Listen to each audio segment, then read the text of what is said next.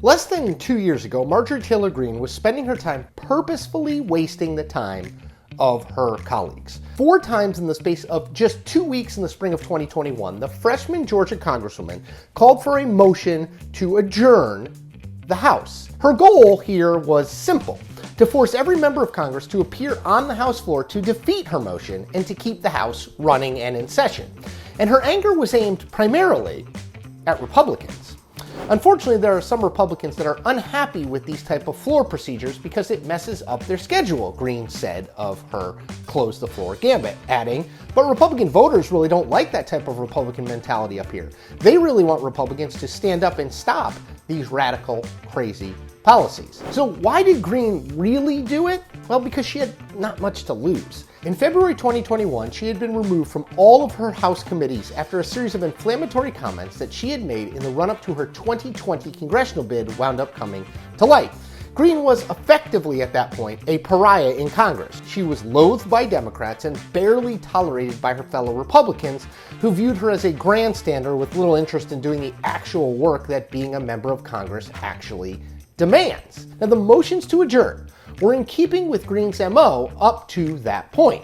She seemed far more interested in tactics that would deliver her more fundraising dollars from the GOP base and more TV hits on Fox News and other further right outfits than she appeared to be interested in, legislating. Fast forward to early January of this year, when Greene was named to the House Homeland Security and Oversight Committees without a peep from her Republican colleagues. So how did Greene pull off such a coup?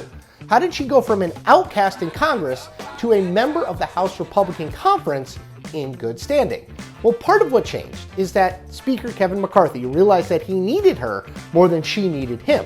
McCarthy was laser focused on being Speaker, and long before the 2022 election, Greene made clear that any path to that job went through her and her House Freedom Caucus friends. When McCarthy announced the Republican Commitment to America, a plan along the lines of the 1994 contract with America, MTG was literally over McCarthy's shoulder, a visual signal that A, he got it, and B, he was willing to do whatever it took to get the brass ring of the speaker sim. Now, Greene said the quiet part out loud in an interview with the New York Times around that same time.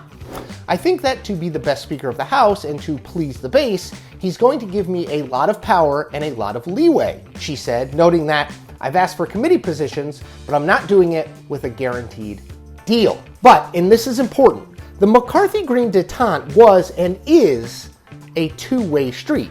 Greene could have stayed in her lane as a pure partisan bomb thrower in the mold of the likes of Arizona Congressman Paul Gosar, for example. She clearly is more ambitious than that, as evidenced by her decision to endorse McCarthy for Speaker and, through vote after painful vote for Speaker, serve as one of his most high-profile surrogates.